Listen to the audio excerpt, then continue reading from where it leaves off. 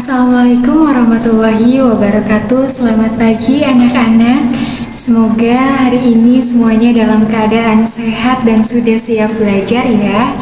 Sebelum kita mulai pembelajaran, alangkah baiknya kita awali dengan berdoa. Berdoa dipersilahkan. Baik, berdoa dicukupkan. Bagaimana hari ini anak-anak? Semuanya dalam keadaan sehat? Bagaimana perasaannya sekarang? Mungkin ada yang bahagia, senang, sedih, tapi itu ditinggalkan dulu sejenak. Kita masuk untuk materi hari ini. Nah, dari anak-anak kan sudah mendapatkan materi terkait dengan hidrokarbon. Apa sih kaitannya Bu dengan materi yang akan kita bahas hari ini? Anak-anak pasti tahu bahwa hidrokarbon itu mengandung unsur dominannya C dan H. Nah, unsur C dengan H itu banyak sekali dapat kita jumpai dalam kehidupan sehari-hari, seperti pemanfaatan gas alam, kemudian gas yang biasa kalian temukan di dapur, lalu ada aspal, bensin, solar, itu semua merupakan salah satu contoh penerapan dari minyak bumi. Nah anak-anak, namun perlu kalian ketahui bahwa minyak bumi ini tidak dapat dimanfaatkan secara langsung. Kenapa sih? Karena kandungan-kandungan minyak bumi ini masih bersifat mentah atau istilahnya dikenal dengan gas alam. Lalu bagaimana supaya dapat dimanfaatkan?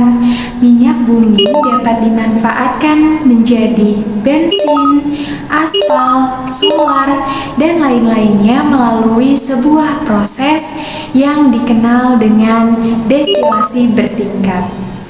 Tujuannya untuk apa sih Bu dan bagaimana sistemnya? Destilasi bertingkat ini merupakan sebuah proses di mana nanti minyak mentah ini akan dipisahkan melalui titik didihnya yang berbeda-beda.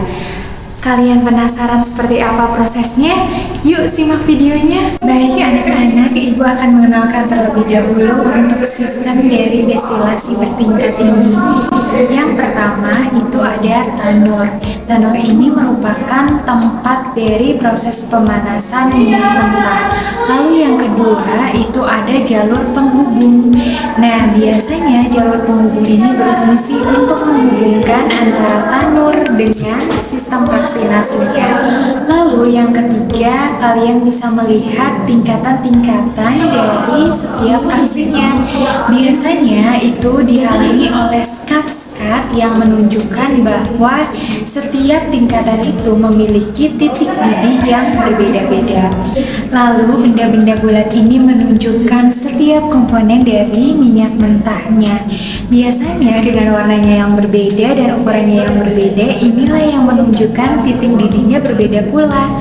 Nah, kita ambil 3 contoh ya anak-anak semua. Di sana ada 3 warna. Yang pertama ada warna hitam menunjukkan fraksi aspal.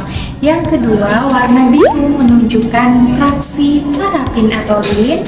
Dan yang ketiga ada warna hijau menunjukkan fraksi oli. Oke semuanya, karena kita sudah mengenal untuk tadi setiap komponen dari sistemnya, yuk disimak untuk video pemisahan dari fraksi minyak bumi. Untuk proses dari pemisahan fraksi minyak bumi ini, tahap pertama adalah proses pemanasan, di mana minyak mentah ini akan mengalami proses pemanasan yang terjadi pada tanur. Nah, pada proses pemanasan ini akan terjadi perubahan wujud yang semula dari wujud cair menjadi wujud uap. Lalu, uap dari minyak mentah yang sudah dihasilkan akan mengalami proses pemindahan dari tanur masuk ke sistem dari tingkatan vaksinasinya melalui jalur penghubung. Selanjutnya, uap minyak mentah ini akan memasuki fraksi yang pertama. Nah, di fraksi yang pertama, sebagian ada yang mengalami kondensasi dan ada yang mengalami penguapan kembali. Bagaimana cara membedakannya? Minyak mentah yang memiliki titik didih sekitar 500 derajat Celcius, dia tidak akan mengalami penguapan kembali, namun dia akan mengalami proses kondensasi. Kenapa? Karena proses destilasi bertingkat ini semakin tingkatannya ke atas, maka suhunya akan mengalami penurunan.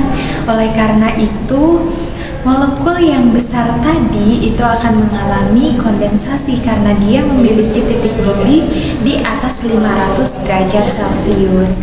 Sementara untuk molekul-molekul yang lebih kecil, dengan ditunjukkan suhunya yang lebih rendah akan memasuki tingkatan fraksi yang kedua. Begitu juga yang terjadi pada fraksi yang kedua. Minyak mentah yang berada suhunya di antara 200 sampai 250 derajat Celcius itu tidak akan mengalami proses penguapan kembali, namun dia akan mengalami kondensasi. Dan untuk suhunya yang lebih rendah, maka dia akan naik ke fraksi yang ketiga. Nah, fraksi yang ketiga ini begitu juga sama halnya seperti pada fraksi yang pertama dan fraksi yang kedua. Apabila suhunya lebih rendah, maka dia akan naik ke fraksi yang keempat dan seterusnya. Baiklah anak-anak semua, itulah merupakan proses dari destilasi bertingkat, di mana prinsipnya itu memperhatikan dari titik didih yang dimiliki dari setiap fraksinya. Semoga materi ini dapat kalian pahami secara baik dan dapat kalian terapkan dalam kehidupan sehari-hari. Saya cukupkan. Terima kasih banyak untuk anak-anak yang sudah menyimak video ini hingga akhir. Semangat selalu dan sampai berjumpa di kesempatan yang akan datang.